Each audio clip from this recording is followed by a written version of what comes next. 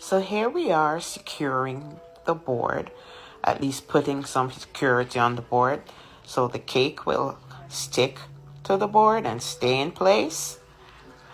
So next we place our first layer, and then we proceed to put in the filling. And I like to pipe this using a round tip so I get even distribution of the icing and not too much icing.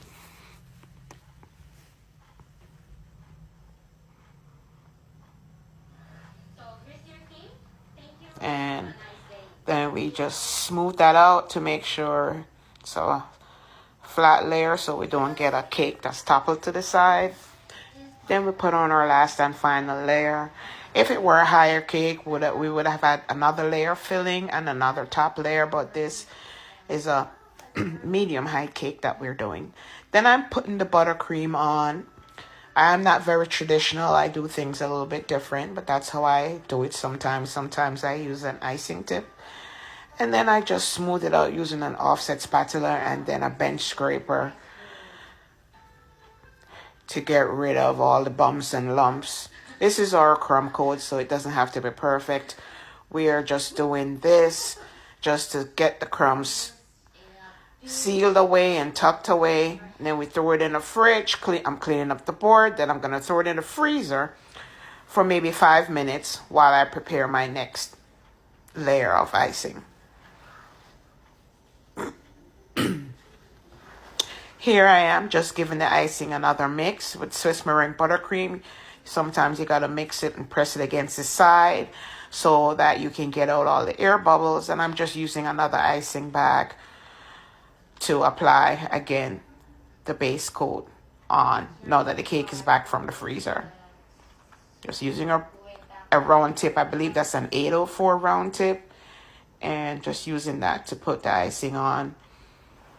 And then you smooth the top. I usually smooth the top first, and then I proceed to do the sides.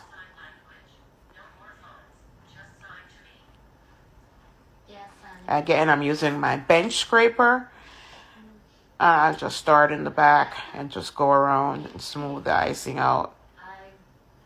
And of course, we press as we smooth so we can get any air pockets out of the icing. Here I am, just using my small offset spatula since it's a smaller cake, and just smoothing out the cake. And at this point, I'm using a warm spatula. I just ran some hot water, dipped my bench scraper in the warm water, and just did one final smoothing. Now I'm getting ready to decorate. So the cake's in the freezer, and I'm making my darker Kelly green. This is Wilton Kelly green, darker saturated version of it that I'm using. And then on the cake is the same thing, but a lighter version. And I'm using Wilton T68 just to go around the border of the base of the cake. There you have it. And the next thing, I'm marking out some semicircles, do some swags around the cake. And I use the same tip to pipe along the lines and the swags. And here I am, I'm using tip number 32 to pipe a shell border on the base. And then I'm using tip number 16, Wilton tip number 16, to do a reverse shell with a lighter color so I have a little contrast in colors. And here I'm using tip number 4B to pipe on the top row of the border. And then I use the 68 again with the lighter shade of buttercream to pipe an inlay border.